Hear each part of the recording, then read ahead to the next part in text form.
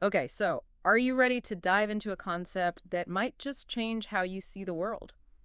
We're talking about Orientalism, and joining us on this deep dive, we have an expert to guide us through Edward Said's, well, honestly, kind of groundbreaking book on the topic. It's definitely a dense read, Hmm. but believe me, it's worth every page.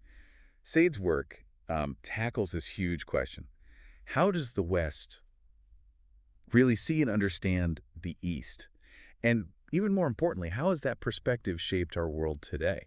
Right, it's like we all think we know about different cultures, but what if our so-called knowledge is actually shaped by centuries of, well, let's just say a less than objective history? Exactly. And Said doesn't shy away from calling out the big names here. He throws us right into early 20th century British politics with a speech by none other than Arthur James Balfour. Now keep in mind, this isn't just some history lesson. We're talking former British Prime Minister here. This is a guy who was practically running the show during Britain's peak colonial era. Okay, so we're talking serious power player here. What's the context for this speech? So in this 1910 speech to the House of Commons, Balfour is justifying British rule in Egypt. And right off the bat, he makes this stark contrast between governing a place like Egypt versus, say, the Isle of Wight. It's like he's saying these places require completely different rule books. And why is that? Because of palm trees or different tea times? Not quite. It boils down to this assumption that the West, in this case, Britain just knows better than the East. Balfour argues that because the British understand Egyptian history and culture so well better than any other civilization, he claims they have a right to rule. Hmm. He even says, and I want to quote this directly because it's just so telling, we know the civilization of Egypt better than we know the civilization of any other country. We know it further back. It goes far beyond the petty span of the history of our race. Whoa. He's not even trying to be subtle, is he? It's like he's saying, we studied you, therefore you're ours to rule. That's exactly the point Said is making. This wasn't just about knowing more historical facts. This was about this underlying belief that this knowledge made the West inherently superior and more fit to govern. So it's almost like a self-fulfilling prophecy. They believe they're superior, so they act like they're superior, which then reinforces their belief in their own superiority. And if you think Balfour was blunt, just wait till we get to Lord Cromer. Yeah. This guy was basically the face of British rule in Egypt, their main man on the ground, for a whopping 25 years. Okay, so we've got Balfour basically claiming ownership of Egyptian history like it's a souvenir from his travels. Tell me Cromer is at least a little bit more chill. Let's just say Cromer takes the cake when it comes to illustrating Said's concept of Orientalism. Oh boy. This guy doesn't just hint at Western superiority, he spells it out. Really? He's got this whole thing about the Oriental mind being fundamentally different from the Western one, inherently illogical, untruthful, you name it. Wow, okay, so much for diplomacy. What kind of stuff are we talking about here? Give me the highlights or I guess the lowlights. Well, brace yourself for this gem. Cromer straight up says accuracy is abhorrent to the Oriental mind. Ouch.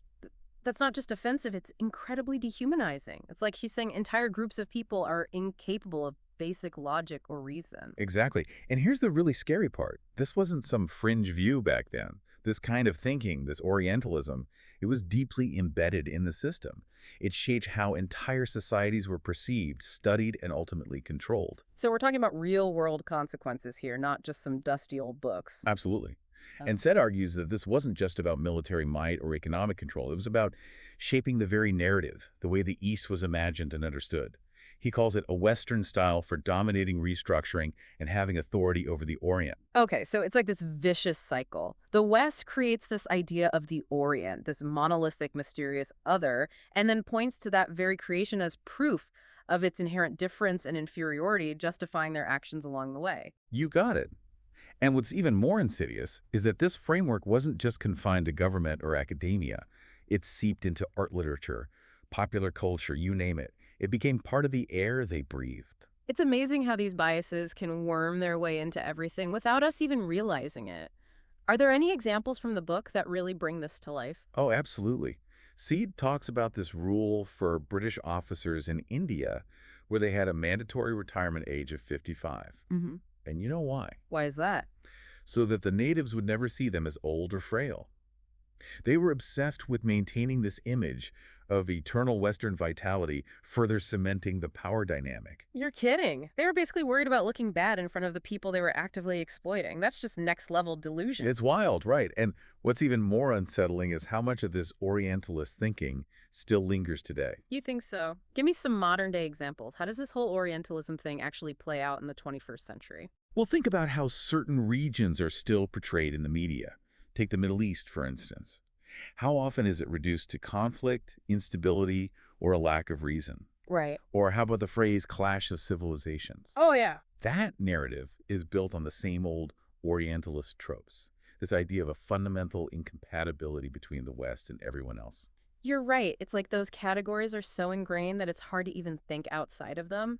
But if we're being honest, isn't there some truth to cultural differences? It's not like we're making this stuff up entirely, are we? Of course, different cultures exist. Yeah. But Said's point is that these differences shouldn't be used to create hierarchies or justify oppression. It's about recognizing that our perceptions of other cultures are always shaped by history, by power dynamics, by these deeply embedded assumptions that we often don't even question. So what can we do about it? If these Orientalist ideas are so pervasive, how do we break free from that lens? It starts with awareness, like we're doing right now. Just acknowledging that these biases exist is a huge step. From there, it's about actively questioning our assumptions, seeking out multiple perspectives, and being willing to challenge our own preconceived notions. So it's not enough to just like travel more or consume different types of media? Travel and diverse media can definitely help broaden your horizons, but it's not a magic bullet. The key is critical thinking, constantly asking yourself, where is this information coming from? Whose voices are being amplified and whose are being silenced? It's like Sada's handing us this intellectual toolkit to dismantle those old, harmful frameworks and build something new in their place. Exactly. He's pushing us towards a more nuanced, more humane understanding of the world, one that recognizes the complexities of culture, history, and human experience without resorting to those tired, dangerous binaries. So where does this leave us? What's the one big takeaway you hope our listener walks away with today? I think the most important thing is to remember that knowledge is never neutral. The way we choose to see and understand the world has real consequences. But by recognizing those biases, by engaging with different perspectives, we can start to build a more just and equitable future. Wow, that's a powerful thought. We've covered a lot today, from the halls of British Parliament to the pages of groundbreaking scholarship. And the idea that our knowledge can be a tool for control, not just neutral observation, that's something we should all really sit with. I completely agree. It's a call to action for all of us to become more conscious, more critical, more empathetic consumers and creators of knowledge. Absolutely. So the next time you encounter information about a different culture, ask yourself, whose interests are being served by this narrative? Are you seeing the full picture or just a reflection of predetermined categories? It's about opening ourselves up to new possibilities, to a world where understanding and empathy can flourish.